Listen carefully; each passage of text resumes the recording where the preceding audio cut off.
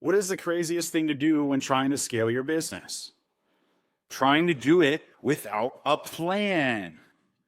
Scaling without a plan is one of the number one things that companies completely forget to do when trying to grow their business. I'm Nick at Man Sales, and I help businesses grow. Whether you are a business from $1 to $20 million, we help you get to the next level, prepare you to help get sold either to private equity or to another business, or to create systems so where you, as the business owner, don't have to be part of the day-to-day anymore.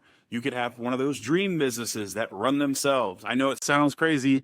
I do it myself. I'm part owner in several companies. They run without me. All I have to do is look at a spreadsheet and say, hey, do we make money? And what can we tweak? What can we do more efficiently? If you want to be in that position, this is the video for you. The number one thing that people screw up when scaling a business is they scale without a plan. If you don't have a plan, why do you think that that would work? It won't. You don't know where you're going and you don't know what to track. It's insanity. The next, you neglect financial management. Who has the cash? Cash flow is king in most businesses because you can't operate without any cash flow. You cannot fuel growth. You can't make payroll. You run into a lot of issues if your business is very cash weak. Always keep that in mind. We at Man Sales look for every opportunity to maximize our incoming cash flow. We want to make sure that there's money in the businesses, not only for profit, but for growth and sustainability. If you don't have a plan, you won't think about your cash flow. And the next thing you know, you're burning up dollars for marketing and you don't know why you're not making money. It all comes from the same things. You have to make a plan and you have to manage your finances first and foremost. It's part of the plan. The next item is something we harp on every day at Man Sales. It's a lack of customer focus. Why that's so important and what happens to a lot of business owners is as their businesses grow, they get very confident. They feel invincible. They're making money. They've arrived. They are the man. They can do whatever. They lose sight of their ideal customer and they lose sight of what the customer's looking for or why they picked them in the first place. We've seen this. It happens all the time. It's why places like Costco don't ever raise the hot dog price beyond $1.50 because they are in touch and in tune with their customers. Are you as a business owner that in touch? Do you know what your customer buys, why they buy from you, and what makes you a strong business? If you do, then you're probably very customer focused and your business is probably very strong and not going to be unpredictable or not be succumbing to little trends and little things that pop up. It will stand the test of time. You always have to focus on the customer and the client. They're the people, they've got your money. They are who makes the money for you. The person spending the money is the person I want to know everything I can about so that I can help them spend more money with me because they're thrilled that I can help them at the level that I do. Now, the next thing. Now, this one hurts. This one hurts because having this conversation is the most awkward. And I've done it a lot. I've gotten very good at it. I know it's going to happen. But most businesses struggle to grow or to scale because of inadequate leadership and no team development.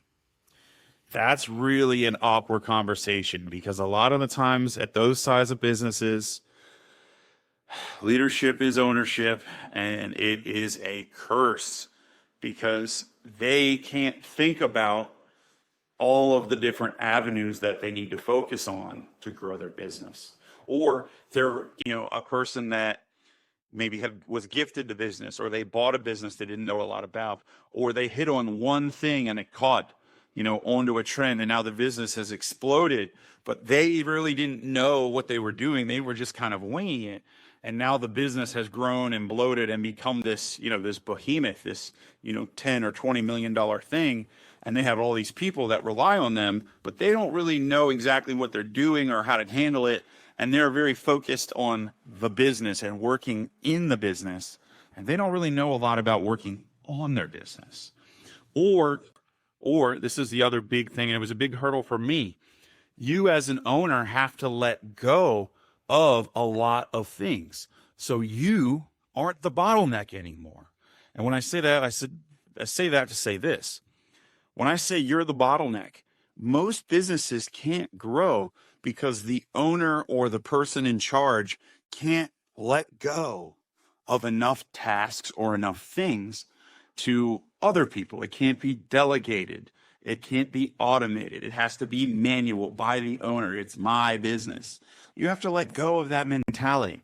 It's our business, and it's my job to make sure you can do your job really well while I go and do something else that benefits the business as a whole unit. Most leaders can't do that, particularly at smaller companies. And it's really difficult because they have to bring in somebody normally from outside. I don't recommend normally hiring someone from within, because you need someone with experience with some other idea of what's going on so that you can work on your business, not in your business. And then no team development.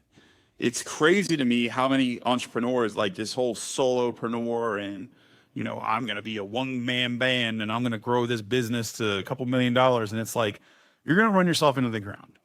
And then once you start hiring people, they need to be treated as teammates. They're not just employees. You are a team. You have one goal and a plan to get there. You have to develop your team.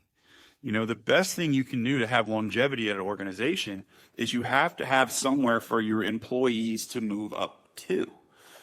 Why else would they stay? If there's no career development, then you're basically saying, hey, this job's a dead end, but we really want your best. Most people aren't going to do that, and you're going to lose a lot of great people because they know their value. They know, if I do an amazing job, I could move up, or I could get a team underneath of me.